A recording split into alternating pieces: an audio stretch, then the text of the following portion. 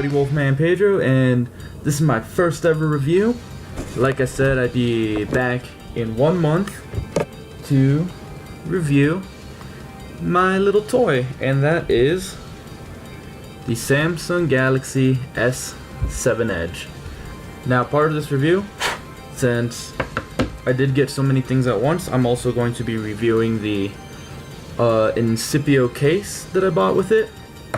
And I'm also going to be reviewing, should get found this out first, the tough glass for the Samsung Galaxy S7 Edge. Alright, so I'm going to save the phone for last because that's the main attraction. And so I'm going to start off by saying this review is in no way sponsored by Tough Glass. It's in no way sponsored by Incipio. It's in no way sponsored by Samsung or Verizon or any of those guys. Those just happen to be all the people that I bought my stuff from because, again, I have my contract with Verizon. Now let's start with the Tough Glass. Yeah. This is what I have to think about the Tough Glass. This is my second one. That thing is fucking bullshit. Now, in full disclosure, and you saw I just crumpled it up a little bit and there's that. Yeah, $45. Like I said, full disclosure, maybe I just had the perfect array of badness for that screen protector to not work for me. I work in the kitchen. I'm leaving that particular kitchen soon, but I've always worked with food. First time I got this guy. Right there. First time I got the screen protector. I was not told that you should let the screen protector stay on the phone for at least a solid day or two before you think about putting a case on. Because I figured, hey, put on screen protector, put on the case. Shouldn't be a big deal. So I put the first screen protector on, I let it stay on there for like an hour or two, and then I put my phone case on. I caught myself fucking crumpling up that piece of shit. Yeah, and I let it stay on for about an hour or two, and then I put the case on, and then what happened? The fucking screen protector popped off. And then as I would try to like keep it in place, it would break. Like these edges right here, they would break, and it just wouldn't be a good time. So it takes about a week, but I go, like the next day I go to Verizon, I'm like, hey, this is what happened, and they were cool. All the people in my Verizon store, like, they really tried to help me out. They're like, oh, you should have been told, that's totally on us, we're super sorry. Yeah, you should leave the screen protector on without a case for at least a day or two to really let the adhesive sink in. So I took their advice. I let it stay on not 1, not 2, but 3 fucking days. I let the adhesive try to get connected to my phone. After the 3rd day, and everything was fine. Everything was cool. And then I put the phone case on, and everything seemed fine for about a day or two. Everything was cool. And then, lo and behold, what happens on like that 3rd, so technically like that 6th day, 3rd day after I put the case back on, screen starts popping off of the phone. And I'm looking, and I don't know if you can see, I'll try to show you, I'll try to put it up next to the webcam. It's kind of hard to see, but it's like flour would get into the little bits and pieces. And it would get underneath the screen protector is what I mean to say. Flour and stuff would get underneath the screen protector, ruin the adhesive, pop the screen protector off the phone. That screen protector, like I said, stayed well on the phone with everything for maybe a good 3-4 days tops. And then it decided to fuck off.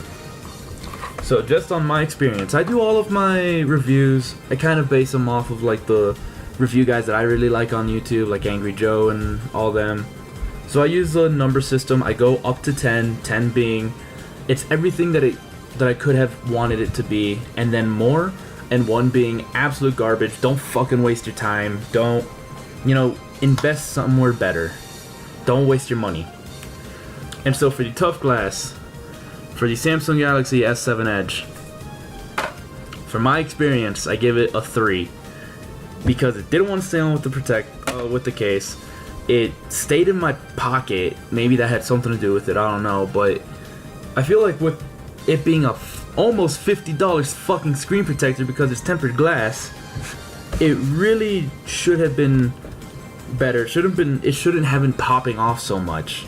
It should have done its fucking job, but it didn't. So that's why I give it at best 3. Because maybe if I had just a screen protector, it would have worked. But what's the fucking point?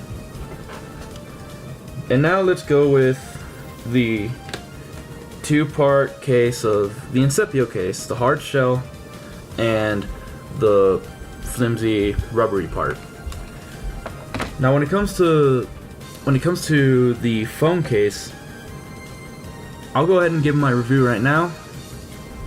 6 to 7 tops, because it is pricey, but I mean it's just plain black. Doesn't really look like anything special, but it hasn't broken, does its job, but I feel like it shouldn't be so expensive. Maybe again because I got it from Verizon, and I got it from a Verizon store is what I mean to say, and so maybe they uptax stuff, I don't know. But the case in itself, there's not much to say. It's a fucking case.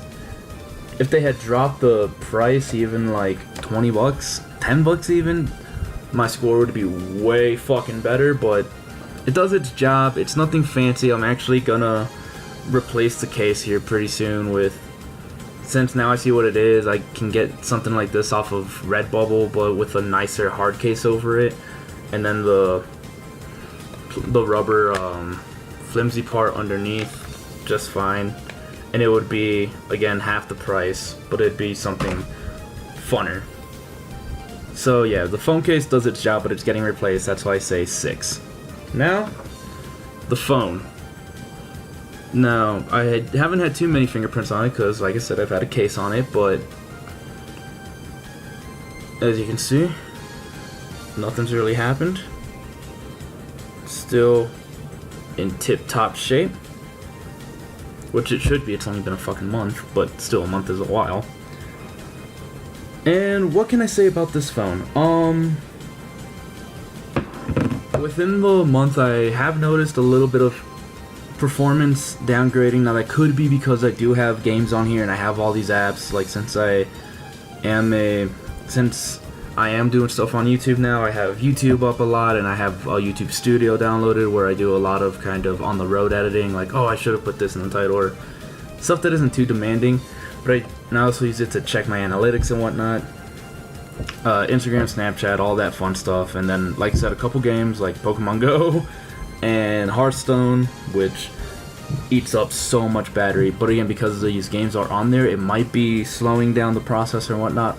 But at the end of the day, it hasn't had that much of a slowdown. It's been really good. It's leaps and bounds better than the Motorola Droid Turbo that I had before it. Like, this phone I can see keeping for like another phone generation or two. It's just really good. The picture quality is fantastic. It actually has a better screen than my laptop that I'm using the webcam on right now. I do need to upgrade all that, but yeah, just this is absolutely fantastic. There's my buddy Jake. The feel is amazing. It really feels high-end. It feels fancy. It feels quality made. The service with Verizon, just to put it out there because I'm up in the mountains and whatnot, you can see some trees behind me. God damn, trees behind me. Because I live up the hill. If you guys from Colorado know, what I mean. I live up the hill. And yeah, like, I've never gotten a dropped call. My texts go through just fine. Like, as a phone, it works. As a flagship phone, it works immensely. The screen is great. The sound is but again, like, I've been able to watch YouTube in the shower. I fucking hate taking electronics into the shower, even if there's, or just around water in general. Number one, I don't like water. I'm hydrophobic. And number two, even if it's the most like, oh, it wouldn't happen with this device, chill out. I always have that fear, like, well, what if it fucking, what if it zaps me? And because of the waterproofing in this phone, I've been able to test it and everything works fine. Yes, it does make the audio a little tingy, but is that the right word, tingy? But whatever. But it sounds fine, and you plug in some headphones, some earbuds, like I use Skull Candies, and they're fucking perfect. Speaking of earbuds, the earbuds that this phone comes with, fucking replace them. They're uncomfortable. They sound meh at best. They are a pair of earbuds that Samsung gives to you because they know this is a flagship $800 phone. We gotta throw earbuds in there just in case. We gotta throw earbuds in there, and they are just that, the throw them in earbuds. They don't sound good. They're not comfortable. They're unattractive. The only positive to them is that they have a good length on them. I think they're at least a good maybe 4 or 5 inches longer than the Skull Candy earbuds that I use. But it doesn't make that much of a difference, but the length is appreciated. Other than that though, those earbuds, fucking throw them out. Throw them out, give them away, do something with them. But other than that, what else can I say about this phone that hasn't been said before? It's a flagship for a reason, and it deserves to be so. It's an amazing phone. The only thing I can maybe wish that it had, the only thing that I could wish that it had that the Droid Turbo had would be if it had dual front-facing speakers to make the audio just better. Then this phone would be unbeatable, unstoppable. It would be a perfect 10 out of 10. But because that's just like a tiny little nitpick that I have, and then like maybe other things like when you have the case on it, it is because of the curved edge, it is kind of hard to pick up off of a surface. But at the same time, I don't know about you guys, but I can gently slide it to the edge of that surface and then kind of scoop it up. Plus it's in the case, so even if it falls, I feel like nothing bad will really happen. Just little nitpicks like that, and the speakers. That's my only like big nitpick, but it's still kind of a nitpick because earbuds fixes the problem. I'll say that this is a 9 out of 10. It's not perfect because I have nitpicks, but it's damn near fucking perfect. Everything about it, I love. And if you want to see a more in-depth review on like this phone, then go to like Android Authority or any of like those other big tech YouTubers or cell phone YouTubers, and they can go way more in depth on the specs, like the Qualcomm, what is it, like 840 Snapdragon processor that this thing has. I'm not gonna bore you with the nitty gritty. Just wanted to tell you, like, as a consumer who did not get this for free, who had to buy this fucking thing, granted discounted because I did an upgrade, but still had to put fucking money down. You can't go wrong. If you have the money to afford it and you have the money to pay the monthly payments or whatever, which really aren't bad, like it's an extra $33 on my bill, whoop-de-fucking-do. Yeah, there's nothing that can go wrong with it. It's an amazing phone, fantastic phone, highly recommended. Wolfman gives it a solid 9 out of 10. And I'll see you guys in the next episode, the next review, whatever it may be. Until then, I'll see you guys later. Wolfman out. Bye, everybody. Bye.